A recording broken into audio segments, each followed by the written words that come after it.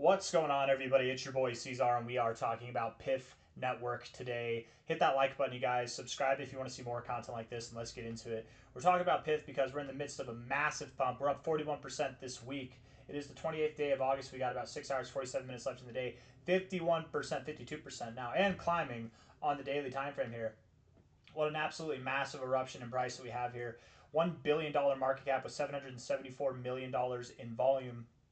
That is definitely a lot, enough to make this I would say, a very real breakout move. And I mean, if we look at this, we just compare this to anything else that we've seen really in this thing's history. We've never seen a move this big. And across the board, for various cryptos, various altcoins, I've been making the call that the move that's coming will be bigger than anything that we've seen all cycle. And for some altcoins, it might even be the biggest moves that they've seen in their whole lives, right? This is one of those cases, right? It's very important, and I'm going to make a video talking about this later, but it's very important. Let's see here. If we're going like the top 24% or the top performers over the past day, it's very important that you don't get caught up with the coins that are outperforming the rest of the market right now. You don't want to get caught up. You don't want to get shiny object syndrome. Pyth is pumping today. Kronos has been pumping over the past 3 days. Pyth probably continues to pump. It doesn't stop here, but there will be other coins that pump too. Just because your coin looks like this, right? Let's put it in perspective. If you're holding a coin right now that looks like this, it's in a downtrend. It hasn't moved up yet. You have to hold if you want it to get to this, if you want it to get to that magical pump. Don't go chasing pumps. You're going to sell your ticket too early, all right? We're gonna talk about that a little bit later, but I want to keep it relevant to Pyth here, okay? Looking at the 1 hour time frame, I don't know how much we're going to get off of that because that's just such a massive move. Very powerful in the RSI. I mean, hell, man, you went all the way up to like the 100. What'd you do? How 96.8 on the RSI, crazy on the 1 hour. Stochastics look bullish as hell, and so does the MACD. It looks very, very good. I doubt that it stops here. You're getting a little bit of volatility, absolutely. Anybody who bought the high, you might be bedwetting right now, down about 15%, but I think if you're patient, it'll come back. Let's look at the long-term stuff. I actually don't even want to mess around with the 4 hour because you just look phenomenal. Of course, you're going to look phenomenal on your short-term stuff. I want to look at the, let's actually look at the 3 day. No, the daily's fine. We'll look at the daily, and then we'll come back to the indicators. Just looking relatively where you are, from this relative high here to this relative low, this discernible high to low that you just had, you went all the way up to your golden ratio, and in fact, just above there, and that's where you found resistance. The golden ratio here at the 1,618 extension.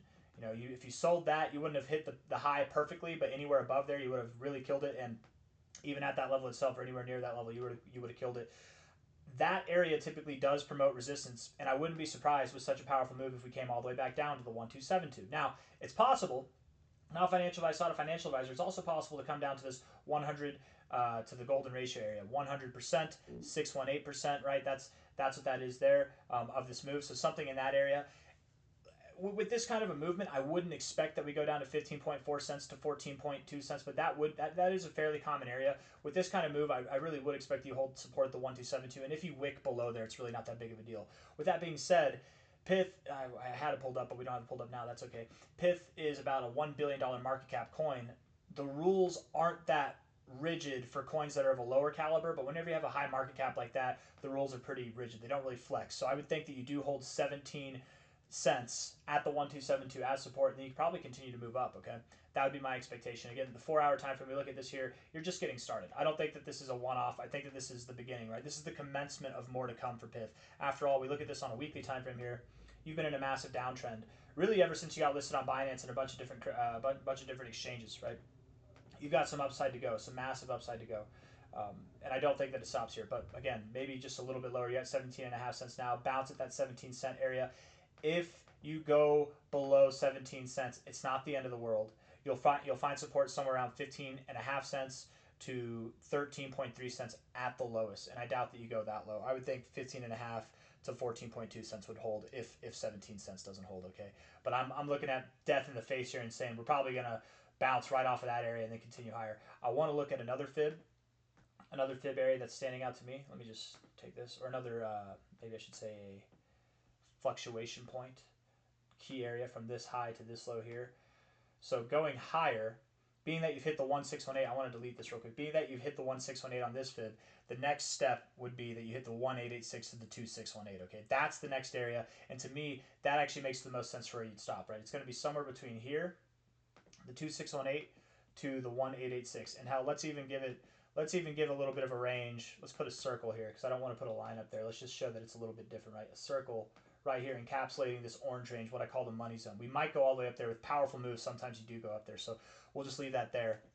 Okay, that's your 1886. That's your 2618 area, the secondary target range. We take the overall high to low of this overall consolidation phase, not just this minor one, not the most relative pivot here, but the more significant pivot that took you to your all-time lows. You got your all-time lows and the most relative discernible high that you've had really for most of this year, 2025. I think that's a significant fib level there. The primary target zone there is the 1272 to the 1618. And in which case, again, that 2618 from the more relative fib is just above that. So 27 to 30 cents is looking very promising. If you were to go all the way up to the money zone, you might go just above this 1414, and it's very common when interacting with the 1414 to go just above it. So there is sense to be made even out of targets that are at about like 34 cents. I think you'll probably stop around that 27 to 28 cent area personally. You do have prior support here, right? Prior support. And typically what happens with this, if you're going lower, if you are going lower, look at the reaction you had here, right? You get a quick reaction and then you go down.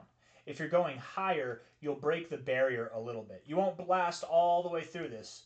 You'll break the barrier a little bit. Here's your barrier. You'll break through it a little bit. Go to the 1272, the 2618 area of this fib, right? Come back down, find support where you found support before, and then continue to rally.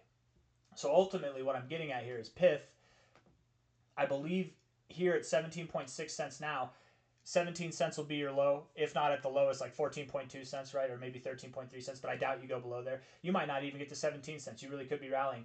I believe you're not done rallying. I believe you have days of growth to come, kind of like what CRO is doing, and you will continue to rally up until about 27 to 28 cents. If I'm wrong, it's only because you went higher.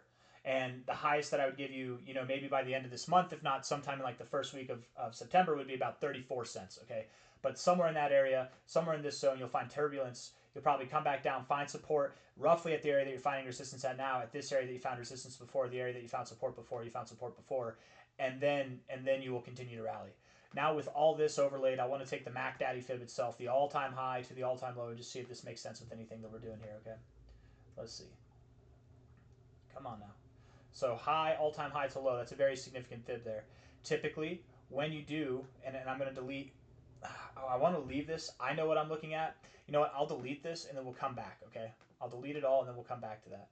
Typically, with a fib like this, or any fib really, whenever you get above the 236 like you have, you expect to go to the 382. And when you get above the 382, you actually go just a little bit above it. You go a little bit above it. Again, the idea that you pierce through this zone. You're not just finding direct resistance at the zone and then rejecting, not finding direct resistance at the zone and rejecting. You're going to pierce through it, probably go right around this high, if not higher, just a little bit higher. You could go just above the 382 and then come back down. You could go to the 0.5 and then come down to the 382, which is more of what I'm expecting that you do, okay? If anybody's waiting to buy at lower prices, you're going to keep waiting, man. It's not going to happen. So with that in mind, everything that I just said there, the 382 here lines up perfectly. It's just above that next target from where you stopped here, from that original fib, that white line that we have. The 0.5 is just above the 2618. So you'll likely stop somewhere between 30 cents and 23 cents is what I'm looking at here. And I, again, really heavily emphasizing that 27 to 28 cents area. If you are to go above it, sometimes you wick above the 0.5 a little bit. That's fine. Again, that 34 cent area is very possible, but I think it makes the most sense. You're going to come up to the 0.5, find turbulence there, come back down to the 382, find support, which is also your 1886 area, which is also your prior resistance points here. I know I'm throwing a lot of numbers, prior support areas here, but there's all this significance in the price, all this significance in the fibs. I feel like we've got it mapped out. 27 to 30 cents, maybe 34 cents at the highest. Then you'll pull back down to about 22 cents, okay? 22 cents thereabouts, maybe 20 cents at the lowest. And then that's when the real magic is going to happen, because then you're breaking out of your downtrend. That next move will really take you higher, and ultimately Pyth, I think by the end of October, you're at 17.4 cents now. I wouldn't be surprised in the least if by the end of October you're at 65 to 85 cents or even at new all-time highs, okay? Certainly going into the end of the year, you'll be at new all-time highs. And we start talking about that, man. I mean, we're talking about $2.32, $3.45. I know it sounds crazy, but this is crypto. All this stagnation makes people forget what crypto's about. But man, we got a lot of growth to go. You're at $1 billion market cap. You're a very relevant coin this cycle. I think a 33x by the end of the cycle at $5.60, or sorry, at about $6 from here. Really, that's at $6. We're at 17 cents now. I think that's more than adequate. A little bit above average performance. That'd give you about a 40 or a $35 billion market cap. I could see it happening. Anything past that, not really. I wouldn't expect that in your first cycle you see. I mean, maybe you get to $10 by the end of the cycle, but I really feel safe about that $6 call. Okay, that's like end of cycle stuff. Okay. Anyways, I got nothing else for you. I hope you enjoyed the video. If you did, hit the like button, subscribe. Take care of yourselves. Don't panic. Again, if we happen to be going down to like 15 cents, 14 cents, even 13.3 cents, don't panic. Definitely don't sell. It's a better time to buy. You know, you're just going to be going down to prior areas of resistance, finding support, and continuing to run. This is the real deal. Absolutely it is. So just hold, and you will prevail. All right. Take care. Bye.